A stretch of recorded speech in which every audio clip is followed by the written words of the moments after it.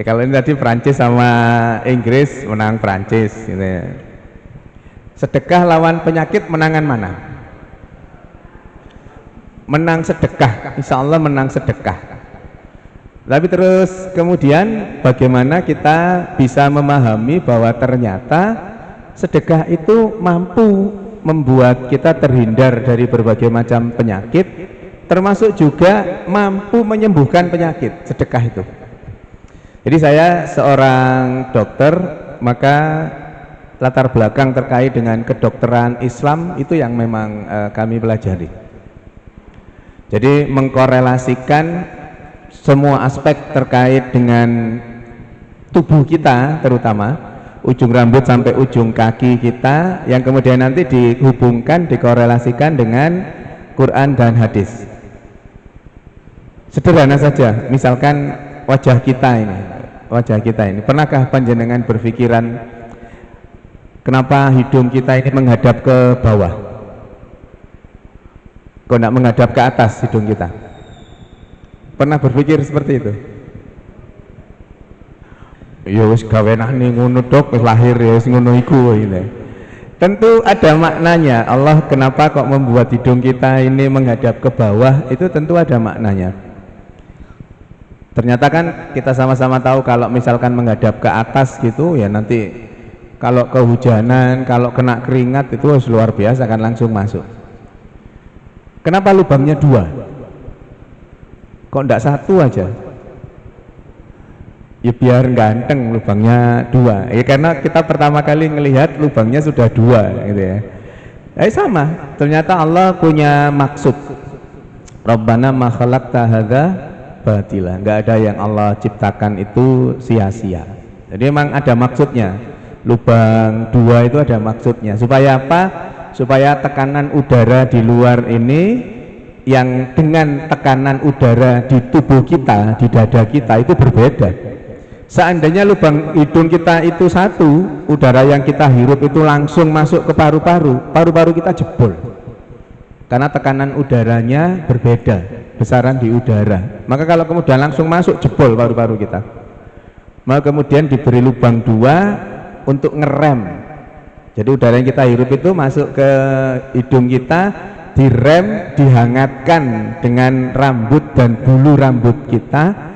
Begitu masuk, dihangatkan, tekanannya sudah berkurang, masuk ke dalam tubuh kita melalui paru-paru, tidak masalah paru-parunya.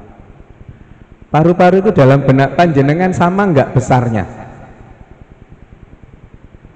Namanya paru-paru. Sama enggak besarnya paru-paru kanan dan paru-paru kiri? Sama enggak? Ternyata Allah ciptakan paru-paru kiri dan kanan kita itu berbeda. Paru-paru kiri itu lebih kecil, lebih ringan. Paru-paru kiri itu beratnya 560 gram, paru-paru kanan itu 620 gram. Paru-paru kiri itu dua lobus, lobus itu ruangan gitu ya. Paru-paru kiri dua ruangan, paru-paru kanan 3 ruangan. Kenapa? Lalar gawe kok Gusti Allah iki warane paru-paru ya wis padha ae lah kiri sama kanan. Ternyata berbeda. Kenapa? Karena di bagian tubuh, bagian dada kiri kita itu di situ banyak organ. Jadi kalau panjenengan pernah melihat foto ronsen itu, foto torak itu, foto dada itu kan ada bentukan putih yang ke kiri gitu. Ada pernah lihat foto ronsen ya? Ada putih ke kiri, itu jantung itu. Maka jantung kita itu posisinya memang miring ke kiri. Jadi agak atas gitu, dari tengah agak ke kanan, miring ke kiri. Jadi miring gini. Maka terus kemudian bagian dada tubuh kita itu ada jantungnya di situ, miring ke kiri. Terus ada lambung. Panjenengan kalau lihat promah, gambarnya promah itu tengah gini terus ke kiri gini arahnya lambung itu. Karena lambung kita di bagian kiri juga. Karena ada jantung dan ada lambung di bagian kiri dada kita itu, maka Allah ciptakan paru-parunya itu lebih kecil. Karena apa? Karena uyel-uyelan dengan jantung dan lambung itu, maka dibuat lebih kecil. Yang kanan bebas, yang kanan tidak ada organ apapun. Itu juga menjawab, jadi struktur anatomi yang seperti itu juga menjawab kenapa kalau Rasulullah itu tidurnya miring ke kanan. Jadi kenapa Rasulullah itu tidurnya miring ke kanan, itu salah satunya karena itu. Dan dari berbagai macam penelitian itu bisa dibuktikan bahwa tidur posisi yang terbaik adalah posisi tidur miring ke kanan seperti yang dituntunkan Rasulullah itu. Rasulullah pasti nggak tahu lah kenapa kok harus tidur miring ke kanan. Pada saat itu pasti belum ada keterangan bahwa ternyata dari berbagai macam penelitian tidur yang terbaik itu adalah miring ke kanan. Salah satu penyebabnya, salah satu alasannya tadi itu, pada saat seseorang tidur miring ke kiri itu jantung, lambung, paru-paru kiri uyel-uyelan di bawah. Karena apa? Karena sesuai dengan gaya gravitasi bumi. Jadi pada saat seseorang itu tidur miring ke kiri itu uyel-uyelan organnya, maka itu posisi yang tidak baik. Kenapa? Kenapa? Karena jantungnya tertekan oleh lambung, paru-parunya tertekan oleh jantung, maka aliran nafasnya, aliran udaranya tidak optimal, aliran peredaran darahnya tidak optimal, aliran pencernaannya tidak optimal pada saat miring ke kiri itu. Miring ke kiri itu tidur yang posisi yang tidak baik. Maka kemudian Rasulullah menuntunkannya tidur miring ke kanan. Kenapa? Ternyata tidur itulah dengan posisi yang terbaik. Pada saat tidur miring ke kanan, jantungnya, paru-paru kiri dan lambungnya posisinya melayang, tidak uyel-uyelan. Beda. Jadi kita tidur miring ke kiri, tidur miring ke kanan itu beda. Dan yang terbaik seperti yang dituntunkan Rasulullah itu tidur itu miring ke kanan. Jadi kebenaran Al-Quran, hadis-hadis sahih itu yang terutama kaitannya dengan tubuh kita itu nanti akan menemui titik kebenaran dari penelitian-penelitian yang dilakukan. Jadi ibaratnya sebuah gunung gini ya, Bapak Ibu yang dirahmati Allah, gunung gini, kebenaran Quran hadis itu sudah berada di puncaknya. Jadi sudah di puncak gunung. Semua apa yang ada di Al-Quran dan hadis-hadis sahih itu pada perjalanannya pasti akan bisa dibuktikan secara eksak. Secara penelitian-penelitian kedokteran misalkan nanti akan terbukti. Salah satunya tadi itu. Lah penelitian-penelitian yang dilakukan itu nanti naik ibaratnya dari lereng gunung gitu, naik ketemu dengan puncak kebenaran Quran hadis itu di atas itu tadi. Seperti ini tadi. Tuntunannya tidur miring ke kanan. Kenapa? Pada saat itu pasti belum ketemu, secara medis belum ketemu. Penelitian membuktikan naik terbukti, oh bener, berarti tidur miring ke kanan itu adalah posisi tidur yang terbaik. Maka semua hal terkait dengan Quran hadis sahih itu kalau kaitannya dengan ilmu pengetahuan pasti nanti akan bisa dibuktikan. Nah, tema kita pada pagi hari ini tentang sedekah itu. Apa iya, apa benar sedekah itu mampu mencegah penyakit atau mampu menghilangkan penyakit? Di Al-Hasr ayat 9 dan Taghabun ayat 16 itu bunyinya sama tentang sedekah ini. Wa may yukassuha nafsihi faulaika humul muflihun. Bunyinya sama plek. Jadi Al-Hasr ayat 9 sama At-Takabun ayat 16 sama persis bunyinya.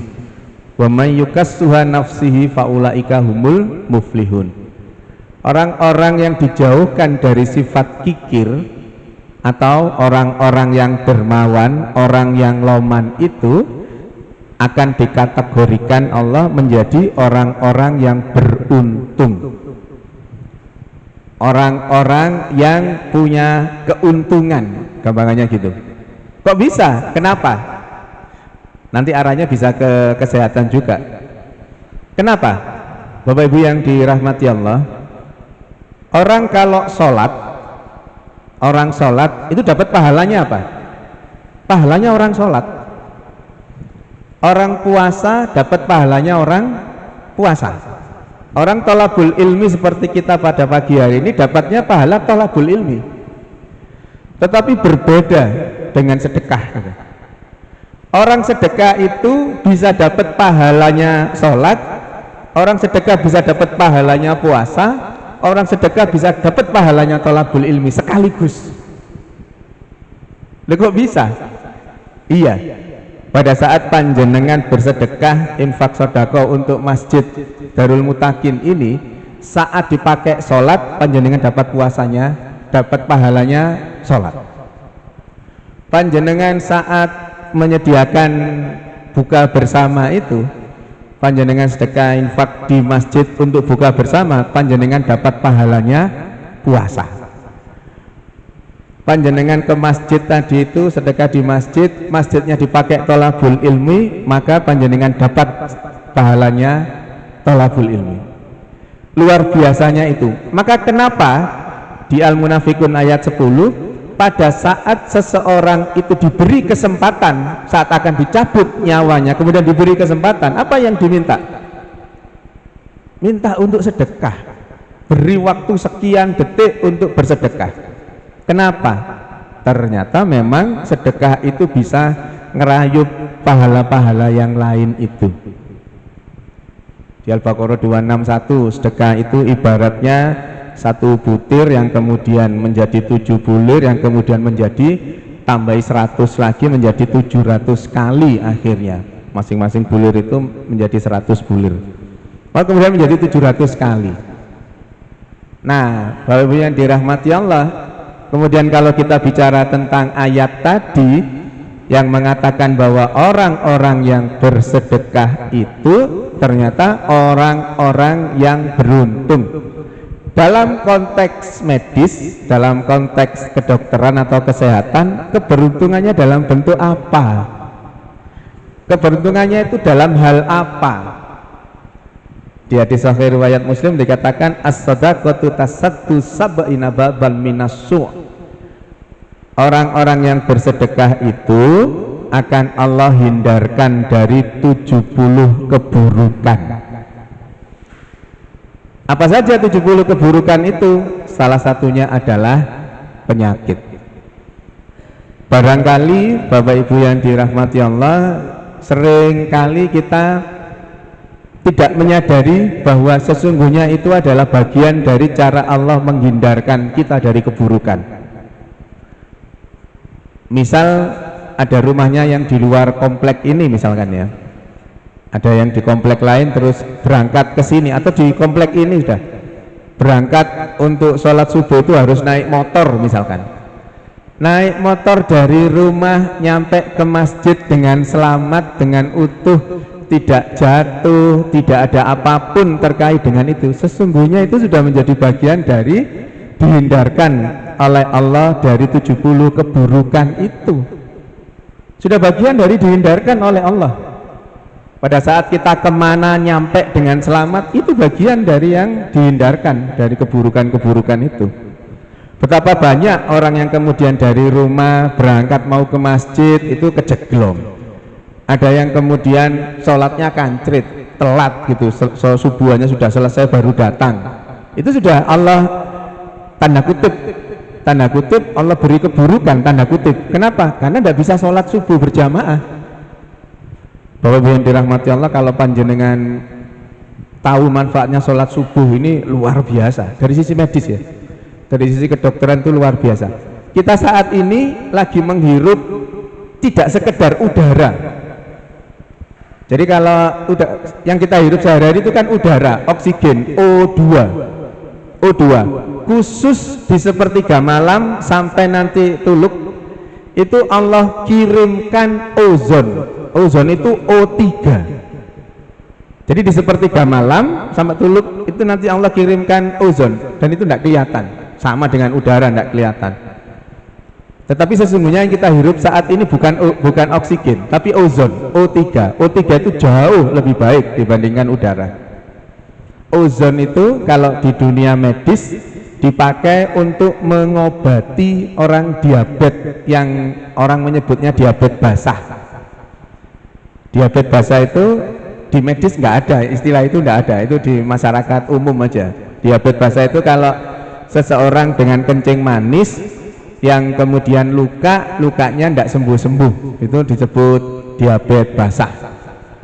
Itu kalau diterapi dengan ozon 3-4 kali datang insya Allah sembuh. Selama ini seperti itu. Jadi seseorang yang sakit diabetes basah itu darahnya dikeluarkan, dimasukkan ke sebuah kantong, kantongnya itu diisi ozon, ozonnya itu masuk menjadi bagian dari darah itu, berikatan dengan hemoglobin, darahnya itu dimasukkan lagi seperti cuci darah itu, darahnya dikeluarkan, dimasukkan sebuah kantong, dimasukkan kantong, diberi ozon, dimasukkan lagi ke tubuhnya. 3-4 kali kedatangan, sepekan 2 kali, itu insya Allah kering. 1 kali kedatangan itu 1,5 juta. Di Delta Surya itu 1,5 juta 1 kali kedatangan, diberi ozon, dimasukkan lagi. Kita ini tiap hari kalau kita sholat subuh berjamaah itu sesungguhnya sudah diberi Allah ozon itu.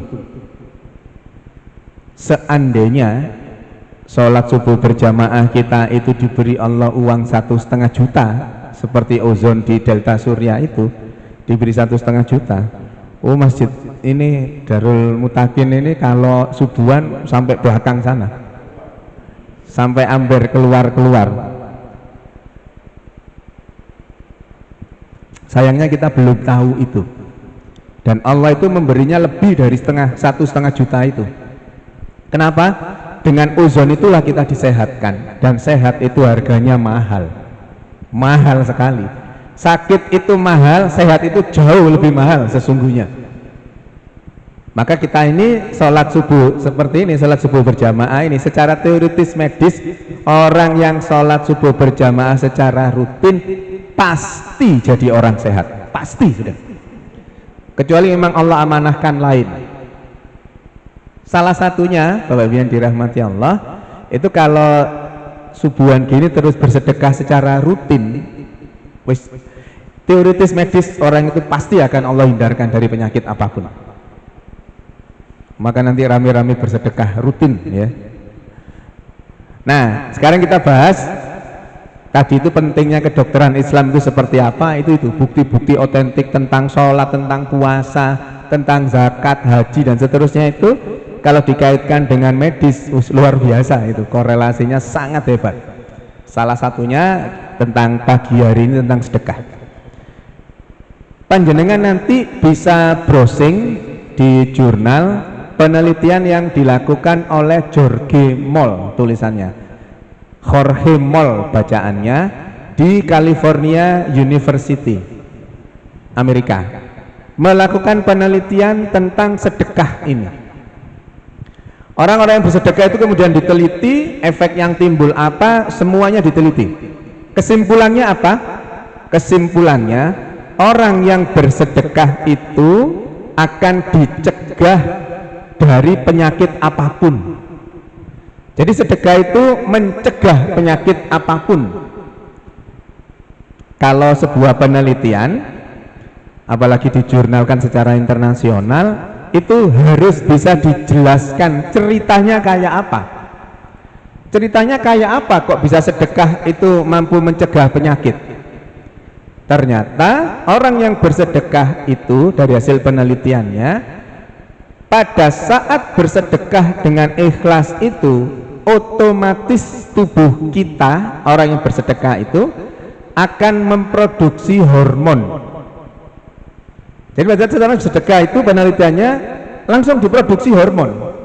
Ada 4 hormon paling tidak, Bapak Ibu yang dirahmati Allah. Hormon endorfin, dopamin, serotonin, oksitosin. Nggak usah jenengan hafalkan, ujian tidak keluar kok. Pokoknya ada 4 hormon aja. Gampangannya kalau panjenengan browsing hormon kebahagiaan atau hormon bahagia, itu nanti akan keluar 4 hormon itu.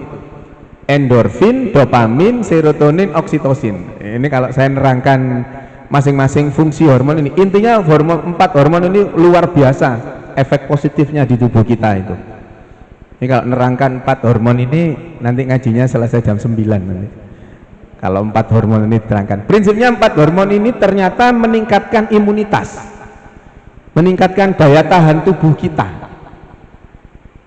Maka pada saat seseorang itu bersedekah secara ikhlas, otomatis tubuh kita itu memproduksi hormon-hormon itu.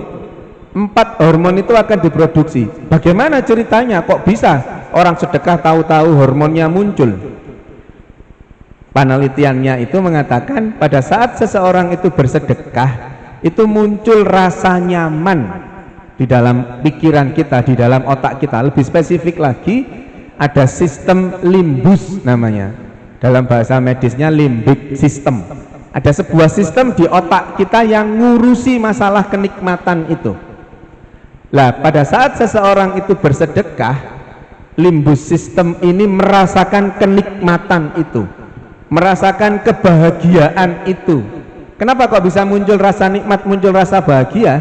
Karena pada saat seseorang itu bersedekah, orang itu merasa bahwa dirinya memberi manfaat. Khairun nas anfa'uhum linnas.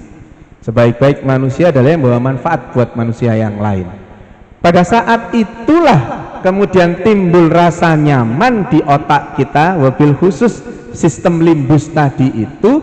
Dan sistem limbus tadi itulah yang memerintahkan berbagai macam organ untuk memproduksi 4 hormon itu tadi.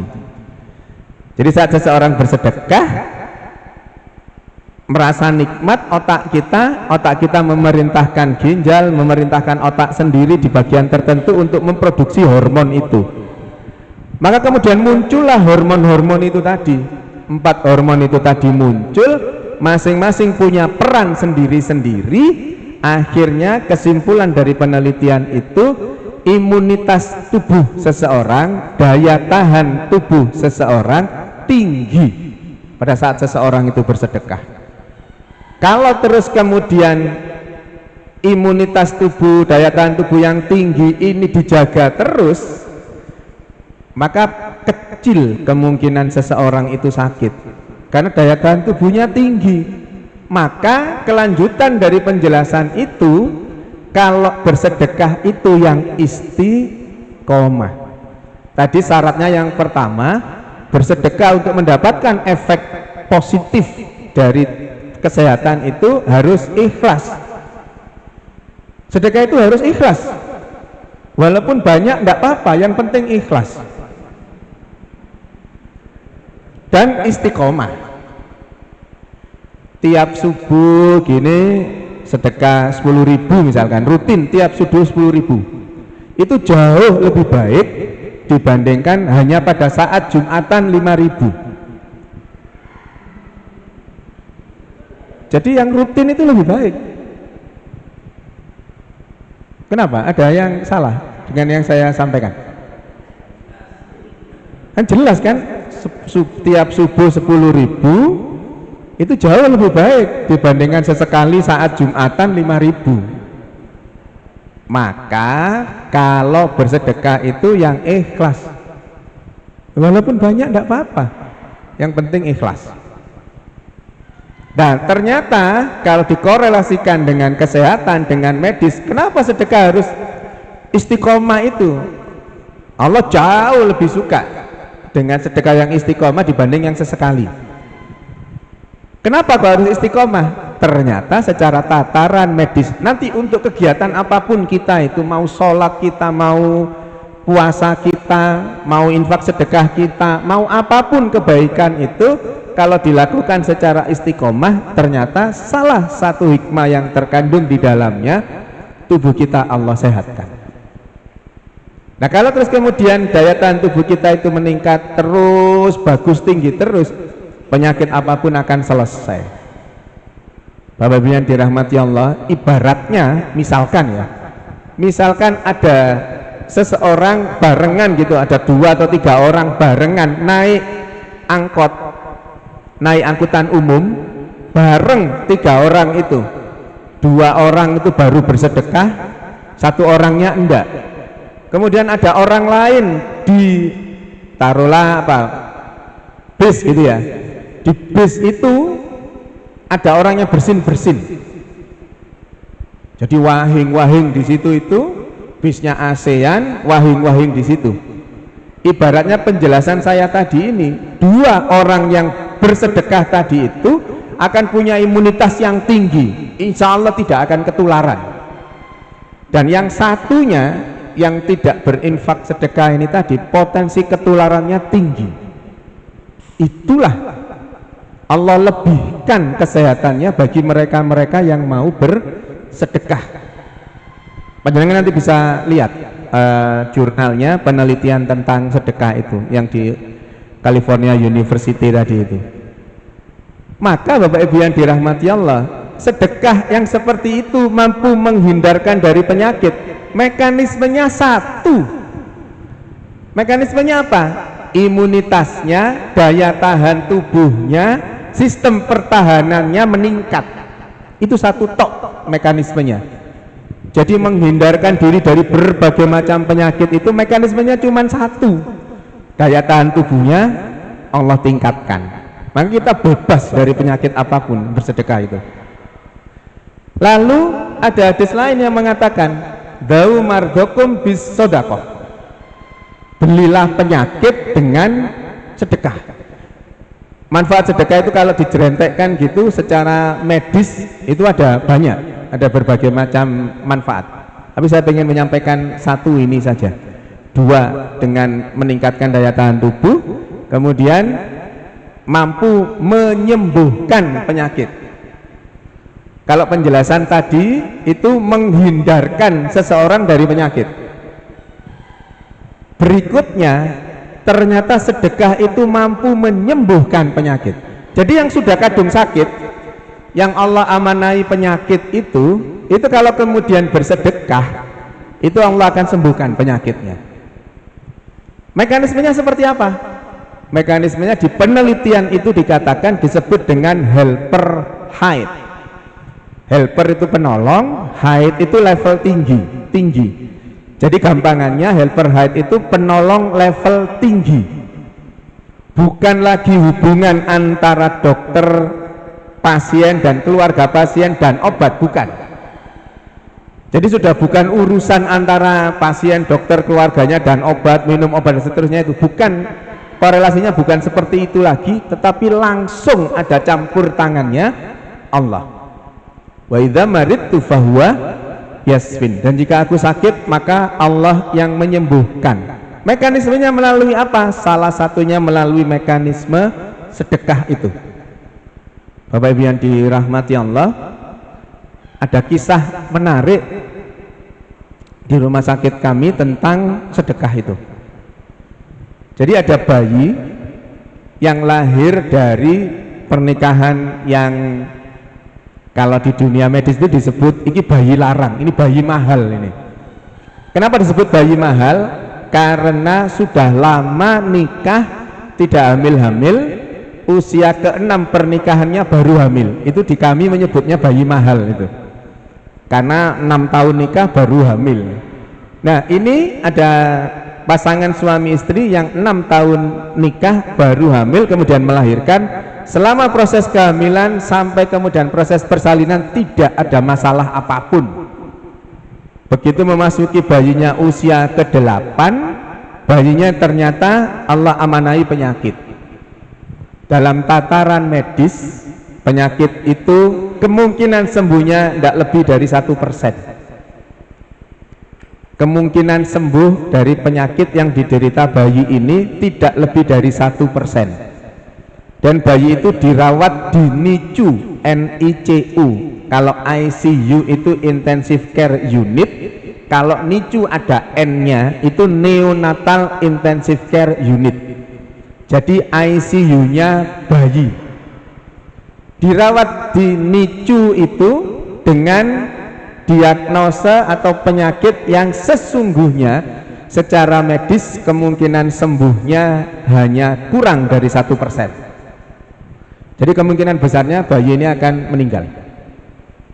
Dirawat hari ketiga, jadi pagi masuk, hari ketiga malam, misalkan tanggal 1 dirawat, 1, 2, 3 malam itu dibesuk bayinya dinicu, orang tuanya nunggu di luar, dibesuk oleh keluarga-keluarganya. Di antara keluarga itu yang membesuk itu ada yang menyampaikan hadis ini tadi, bau mardukum bis sodakoh. Coba Cak ngomong ke si ayahnya, coba Cak sampean sedekah, Mas bersedekahlah, insya Allah dengan sedekah itu kemudian minta kepada Allah untuk kesembuhan anak itu. Kemudian apa yang dilakukan setelah keluarganya pulang sekitar jam 9-an gitu, itu Ba'da Isya dikunjunginya itu jam 9-an itu orang tuanya ini, ayahnya itu keluar ambil motor ke ATM, di depan rumah sakit itu ada ATM, ambil ATM, ambil uang, nggak tahu jumlahnya berapa, keluar beliaunya itu, ayahnya itu keluar keliling seputaran Tulangan sana, ketemu orang disedekahi, ketemu orang yang beliau anggap wah ini butuh sedekah, orang ini disedekahi, ketemu masjid masukkan infak sodako, ketemu musola masukkan, muter itu sampai setengah 3 pagi itu baru balik ke rumah sakit. Kemudian beliau istirahat sebentar, subuhan, kemudian selepas itu sudah aktivitas biasa, mohon maaf ada tahajudnya, jadi setengah 3 datang itu, kemudian beliau istirahat sebentar, sholat tahajud sampai kemudian subuh pada saat itu masih jam 4:04, jadi posisinya masih subuhannya 4:04. Kalau sekarang ini kan 3:42 hari ini, itu yang 4:04. Kemudian ikut sholat tahajud, kemudian sholat subuh jamaah di masjid rumah sakit. Nah kemudian kondisi bayinya itu selepas subuhan itu, kondisi bayinya meningkat kesehatannya, membaik, tanggal 7 ibaratnya, jadi hari ke-7 bayi itu sembuh, dipulangkan, pulang dalam kondisi sembuh. Merinding saya ceritain, menyampaikan ini, sembuh pulang. Lalu gimana cerita ini bisa terangkai, kok bisa tahu? Yang jaga pada saat jaga malam, yang bayinya di hari ketiga tadi ini, yang ayahnya keliling infak sedekah itu tadi, pas ganti jaga pagi. Jadi hari ke-7 itu, hari ketiga perawatnya jaga malam, hari ke-7 itu perawatnya jaga pagi. Ketemu sama orang tuanya yang ngurus pulangnya anaknya ini tadi, ngurus administratif pulangnya anak karena sudah sembuh. Bayinya tadi itu karena sudah sembuh, pulang, dirawat 7 hari, pulang administratif, ketemu sama perawatnya ngomong, Pak, Bu, kondisi panjenengan, bayi panjenengan itu meningkat baik itu pada saat tanggal 3 malam atau 4 pagi, pada saat subuhan itu kondisinya meningkat baik setelah panjenengan titipkan susu, dititipi air susu. Karena perawatnya ini pada saat jaga malam itu, jadi sebelum subuh itu ada anak usia 8-9 tahun, cewek, usia gadis usia 8-9 tahun itu dodok ICU, kemudian dibuka oleh perawat yang jaga itu, kemudian nitipkan susu, tolong susunya ini diberikan ke bayinya itu. Jadi perawatnya diberi susu, tolong berikan ke bayinya. Diberikanlah oleh perawatnya tadi susu itu ke bayinya itu sebelum subuh kejadiannya. Pada subuh bayinya meningkat, kondisinya membaik. Membaik itu dalam tataran medis harus ada bukti otentiknya. Apa? Nafas bantuannya sudah. Jadi kalau di kedokteran di rumah sakit kalau ngamar butuh oksigen itu ada kadarnya masing-masing oksigen itu. Jadi sekian LPM itu ada, nah, itu turun. Misalkan semula butuh 6 itu turun jadi butuh 2 saja oksigennya. Darah diperiksa laboratorium, kadar-kadar tertentu yang itu tidak normal kemudian turun normal. Prinsipnya yang dikatakan membaik itu ada bukti otentiknya berupa pemeriksaan laboratorium, foto maupun kebutuhan oksigennya itu meningkat setelah panjenengan titipkan itu dari kakaknya si bayi ini tadi, gadis 8-9 tahun itu, 8-9 tahun. Ayahnya, ibunya kaget kan, anak ini, bayi ini itu anak tunggal, dia tidak punya kakak, Terus kemudian saya juga tidak nitipkan susu. Jadi susu itu bukan dari ayah ibunya.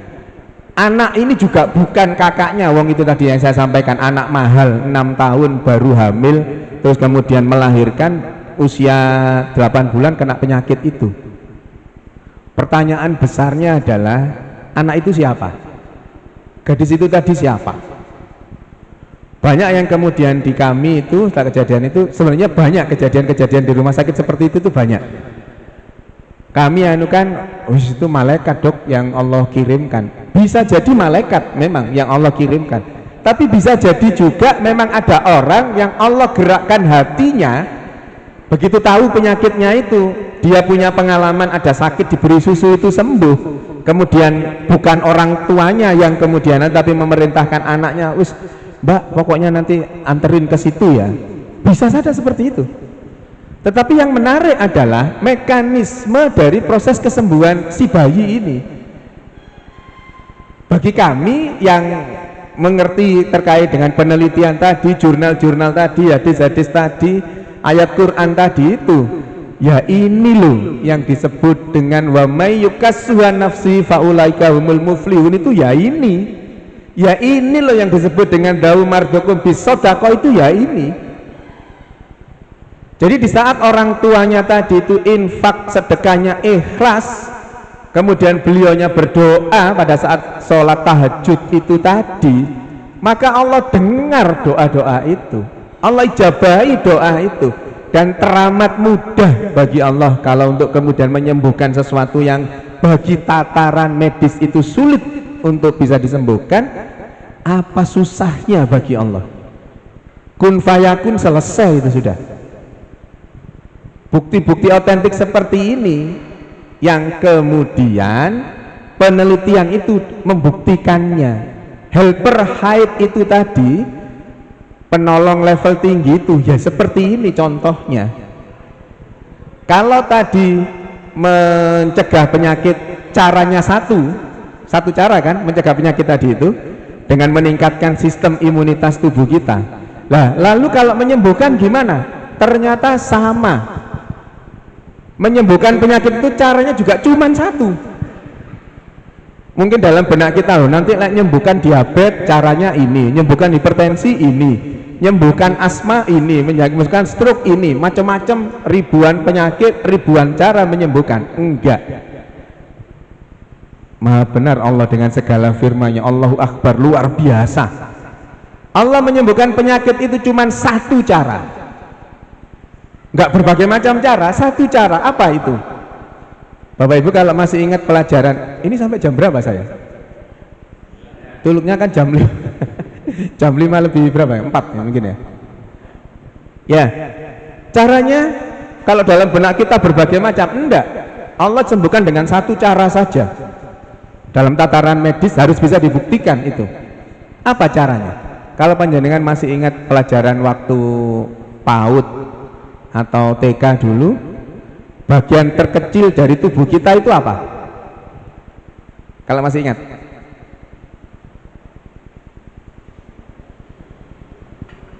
Apa bagian terkecil dari tubuh kita itu apa? Sel. Bagian terkecil dari tubuh kita itu adalah sel. Saya mengingatkan kembali, sel itu kalau ngumpul jadi jaringan namanya. Jaringan kalau ngumpul jadi organ namanya. Organ-organ ngumpul jadi sistem organ, jadi tubuh kita. Jadi sel itu ginjal misalkan, ada sel ginjal. Sel-sel ginjal ini ngelumpuk jadi jaringan ginjal. Jaringan ginjal ngelumpuk jadi organ ginjal itu. Organ ginjal ngumpul dengan ureter, dengan kandung kemih menjadi sistem organ perpipisan kita itu. Bagian terkecilnya sel. Maka kalau seseorang itu sakit, yang sakit itu selnya. Orang sakit apa? Diabetes. Itu yang rusak adalah sel pankreasnya. Jadi diabetes itu karena gangguan, karena rusaknya fungsi pankreas. Pankreas disusun oleh sel. Maka yang rusak seseorang yang mengalami penyakit kencing manis itu adalah sel pankreasnya. Jadi semua penyakit itu gara-garanya selnya yang sakit. Selnya bermasalah, selnya ada kena infeksi, selnya kena tumor dan seterusnya. Selnya yang bermasalah. Lah hebatnya dengan sedekah itu tadi, sel yang sakit ini dengan kun fayakunnya Allah, sel yang sakit ini berubah secara tiba-tiba menjadi sel yang sehat. Lalu apa? Kok bisa seperti itu? Dalam bahasa medis, textbooknya mengatakan seperti ini, itu disebut regresi spontan. Regresi spontan itu apa? Regresi spontan itu berubahnya sel yang tidak normal, sel yang sakit, tahu-tahu berubah menjadi normal. Kalau di textbooknya, regresi spontan itu disebabkan oleh faktor X. Faktor X-nya siapa? Faktor X-nya adalah Allah. Melalui mekanisme apa Allah turunkan faktor X-nya itu tadi? Untuk hari ini kita bahas melalui mekanisme sedekah. Jadi sedekah itu mampu menyembuhkan penyakit apapun itu. Kalau di rumah sakit ini salah satu kisah saja, banyak kisah yang lain terkait dengan sedekah. Orang yang hamil sama 7 tahun malahan. Orang hamil 7 tahun tidak hamil-hamil, 7 tahun usia pernikahannya baru hamil. Hamil kemudian diperiksa USG bulan ke-6 di USG, diketahui bayinya itu kelainannya banyak. Hidrosepalus, kepalanya membesar, jantungnya bocor, jantungnya miring. Itu usia 6 bulan sudah ketahuan. Pak, Bu, bayi panjenengan itu kepalanya membesar, hidrosepalus. Kalau panjenengan pernah kepala bayi itu gede gitu. Cara dari medis harus digugurkan bayi ini untuk supaya ibunya masih tetap hidup dan nanti bisa hamil lagi. Kalau kita pelajari makosid syariah itu boleh. Jadi ibu hamil yang anaknya cacat itu seandainya digugurkan bayinya itu boleh. Tapi ibu ini, bapak ibu ini enggak, teruskan aja dok. Diteruskan kehamilannya itu. Tapi pemeriksaan berikutnya tidak di USG. Enggak di USG sama sekali. Sampai kemudian hari H, 9 bulan 10 hari H, dilahirkannya tentu tidak bisa secara spontan, maka dilahirkan secara sesar.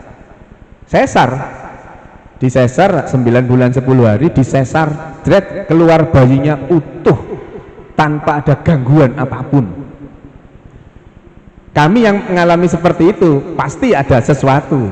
Betul, ayahnya si bayi ini tadi itu tiap subuhan, makanya tadi saya sampaikan, tiap subuhan itu bersedekah ke masjid. Tiap subuhan mulai bulan ke-6 kehamilan, begitu tahu anaknya punya kelainan itu sampai terus sampai melahirkan itu, sampai dilahirkan secara sesar itu dia paginya subuhnya itu masih bersedekah. Dan beliau berjanji untuk terus bersedekah. Salah satu contoh lagi kehebatan sedekah itu. Bayi yang cacat tadi itu apabila dilahirkan maka kemudian diminta untuk digugurkan, itu ternyata dengan kun fayakunnya Allah, sel bayi yang rusak, tumor membesar tadi itu Allah selesaikan, Allah normalkan, sembuh, bayinya normal. Kalau seandainya dokter objeknya itu saya pasti pingsan itu melihat itu, karena tahu bagaimana ayat hadisnya itu. Saya kok rasanya tidak kuat, pasti pingsan saya itu kalau melihat seperti itu tadi. Tapi alhamdulillah dokternya itu enggak, melihat, loh kok ya sudah, ya sini bagian dari kebesaran Allah, bagaimana kemudian Allah menyembuhkan itu. Jadi Bapak Ibu yang dirahmati Allah, apapun amanah yang kemudian diberikan oleh Allah kepada kita berupa penyakit apapun itu, yang dalam tataran medis barangkali itu teoritis medisnya tidak bisa disembuhkan atau sulit disembuhkan, gak usah khawatir. masih ada ikhtiar untuk menyembuhkan itu melalui sedekah-sedekah yang kita lakukan.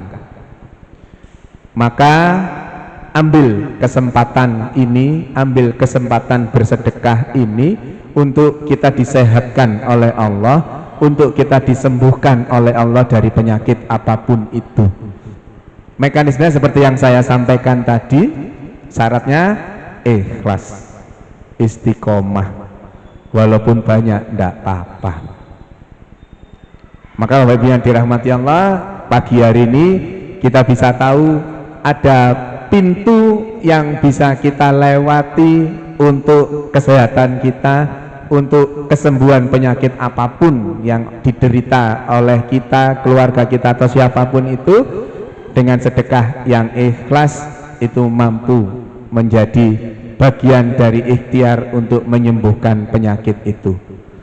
Tetapi setan akan menggoda. Setan itu dalam bahasa Surabayaan gablei, setan itu ya, muokong setan itu. Setan itu kalau gagal membuat kita bermaksiat, gagal membuat kita untuk menjadi orang jelek, maka yang dilakukan setan adalah memoles seolah-olah amalan yang kita lakukan adalah amalan yang hebat. Bukti otentik pagi hari ini, setan gagal membuat kita untuk tidak sholat subuh berjamaah. Gagal sudah. Wong buktinya kita sholat subuh berjamaah di sini kok. Kan setan itu menggoda kita untuk tidak sholat subuh berjamaah. Gagal karena kita buktinya sholat subuh berjamaah di sini. Tapi apa yang kemudian setan lakukan? Membuat sholat subuh kita ini seolah-olah hebat. Maka yang biasa sholat subuh itu datang mesti pagi-pagi, dimunculkan rasa, ala wis pokoknya ngene Darul Mutakin itu lek sholat subuh aku sing teko paling isu, sholat iku wis aku sing paling kusuk. Maka dimunculkan itu supaya apa? Supaya amalan-amalan kita ini tercemari dengan itu. Sholat subuhnya iya benar, tetap sholat subuh, tapi terus kemudian merasa bahwa sholat subuhku lu hebat, paling isuk teko ya wis aku. Pokoknya nggone Darul Mutakin ini ndak ada yang sholat subuhnya datang paling pagi, itu ndak ada kecuali saya. Yes, paling takmir marbot dulu yang memang barangkali tidur di sini ya wis itu, terus pasti aku sing nomor siji teko itu. Dimunculkan rasa bangga, dimunculkan rasa riak itu. Padahal ayat khulul jannata man kana fi qalbi mithqalu dzarratin min kibr, tidak akan masuk surga orang-orang yang di dalam hatinya masih ada rasa sombongnya, walau itu sebesar biji zarah sekalipun. Maka muokong setan itu sudah. Namanya sebentar. Kalau pas sholat subuh itu, kenapa kok banyak orang yang kemudian terlenakan dengan tidur, kemudian tidak sholat subuh di masjid, itu kenapa? Apa yang dilakukan setan pada saat seseorang itu menjelang sholat subuh? Apa yang dilakukan? Dia apa kan? Dikencingi. Apanya yang dikencingi? Telinganya yang dikencingi. Pertanyaannya kalau secara medis, kenapa kok setan melakukan kencing di telinganya itu? Kok enggak menutupi matanya? Kalau nanti panjenengan kaitkan dengan Al-Kahfi, kisah Al-Kahfi itu karena pendengarannya yang ditutup itu. Bapak Ibu, kenapa kok pendengaran? Kalau seseorang itu pendengarannya sudah dimatikan oleh Allah, selesai sudah. Tapi kalau yang dimatikan matanya, dia masih bisa mendengar, maka dia masih bisa bangun sholat subuh itu. Maka yang dikencingi oleh setan itu telinganya. Begitu dikencingi telinganya, tidak bisa dengar apapun, tidak bangun dia. Itu makna secara medis. Mata itu, nah gini, kalau ini saya taruh di sini botol minuman ini, panjenengan ngelihat dari situ, ini ada tulisannya. Panjenengan melihat dari situ, ini polos hitam. Panjenengan lihat dari depan, beda lagi. Apa maknanya? Kalau untuk penglihatan, pandangan kita masing-masing orang bisa berbeda-beda. Tapi kalau pendengaran Saya ngomong A, semua panjenengan dengarkannya A kan bunyinya. Masa saya ngomong apa terus ada yang mendengar itu? Enggak kan? Itu salah satu rahasia kedokteran Islam itu. Maka kenapa terus kemudian telinga itu berbeda? Kalau di ayat-ayatnya di dalam Al-Qur'an, panjenengan kalau ngaji, kalau urut-urutan panca indera, yang pertama itu selalu samaun. Selalu pendengaran, penglihatan hati, pendengaran, penglihatan kulit, pendengaran, penglihatan perasaan. Selalu seperti itu. Kenapa kok pendengaran didulukan? Ya wis ayate ngono tok, ya wis iku ae diterima. Enggak. Kalau di dunia kedokteran Islam, kenapa kok pendengaran selalu didulukan? Pasti ini ada penyebabnya. Pasti Allah men-settingkan sesuatu di situ. Kenapa? Ternyata organ tubuh kita, panca indera kita yang pertama kali difungsikan itu adalah telinga. Dan yang terakhir kali difungsikan menjelang wafat itu juga telinga. Maka kalau seseorang akan meninggal, tuntunannya diapakan? Ditalkin. Kenapa kok ditalkin? Karena dia masih mendengar. Maka harapannya supaya husnul khotimah ditalkin dengan la ilaha illallah. Nanti kalau diwafatkan, kita ini kan hidup 2 kali kan nanti. Sekarang ini sama nanti di yaumul hisab. Yang didengarkan yang fungsi pertama kali dari organ kita apa? Telinga. Saat malaikat Israfil meniup trompetnya itu, kalau telinga kita belum berbukti, tidak ada yang bangun saat itu. Karena Allah fungsikan telinga kita lagi untuk hidup yang keduanya, maka kemudian dengar trompet itu kita bangun semua dari kematian kita, wes dihisab satu-satu. Wah, menarik sekali dihisab itu. Kalau di Yasin itu kan tangan nanti akan ngomong, kaki akan ngomong gitu kan. Itu kalau dalam tataran medis neuroscience, bukan tangannya ngomong, bukan kakinya ngomong, bukan, tapi sel tadi itu yang ngomong. Sel itu punya memori sel. Jadi memori sel itu yang akan merekam semua kejadian. Memori selnya dipanggil oleh Allah. Wis ya apa iki? Cerita dia. Mulai mukallaf cerita seret sampai selesai, nggak ada satupun yang terlewatkan. Jadi itu Bapak Ibu yang dirahmati Allah, kajian kita pada pagi hari ini tentang sedekah versus penyakit. Maka bersedekahlah dengan ikhlas, istiqomah, supaya kita akan dihindarkan Allah dari penyakit apapun itu. Jadi teruslah Bapak Ibu untuk bersedekah secara ikhlas. Mari kita tundukkan kepala sejenak, berharap kepada Allah. Apabila ada di antara kita atau keluarga kita yang diamanai penyakit apapun itu, semoga segera Allah sembuhkan dan kita diberi kesehatan yang optimal dan dijauhkan dari penyakit apapun. Bismillahirrahmanirrahim. Allahumma rabbana siyasifil ba'sa isfi antas safi ila sifa'an sifa'uka sifa'an la yughadiru saqaman. Allahumma inni a'udzubika minal barasi wal jununi wal jusami wa min sa'il asqami. Allahumma arinal haqqa haqqa warzuqna ittiba'ah wa arinal batila batila warzuqna ijtinabah. Rabbana la tuzigh qulubana ba'da idh hadaitana wa hab lana min ladunka rahmah innaka antal wahhab. Rabbana hab lana min azwajina wa dhurriyyatina qurrata a'yun waj'alil muttaqina imama. Rabbana zalamna anfusana wa illam taghfir lana wa tarhamna lanakunanna minal khasirin. Rabbana atina fid dunya hasanah wa fil akhirati hasanah wa qina adzabannar. Subhana rabbika rabbil izzati amma yasifun wa salamun alal mursalin walhamdulillahi rabbil alamin. Semoga ada manfaatnya. Mohon maaf kalau ada sesuatu yang kurang berkenan. Billahi taufiq wal hidayah. Wassalamualaikum warahmatullahi wabarakatuh.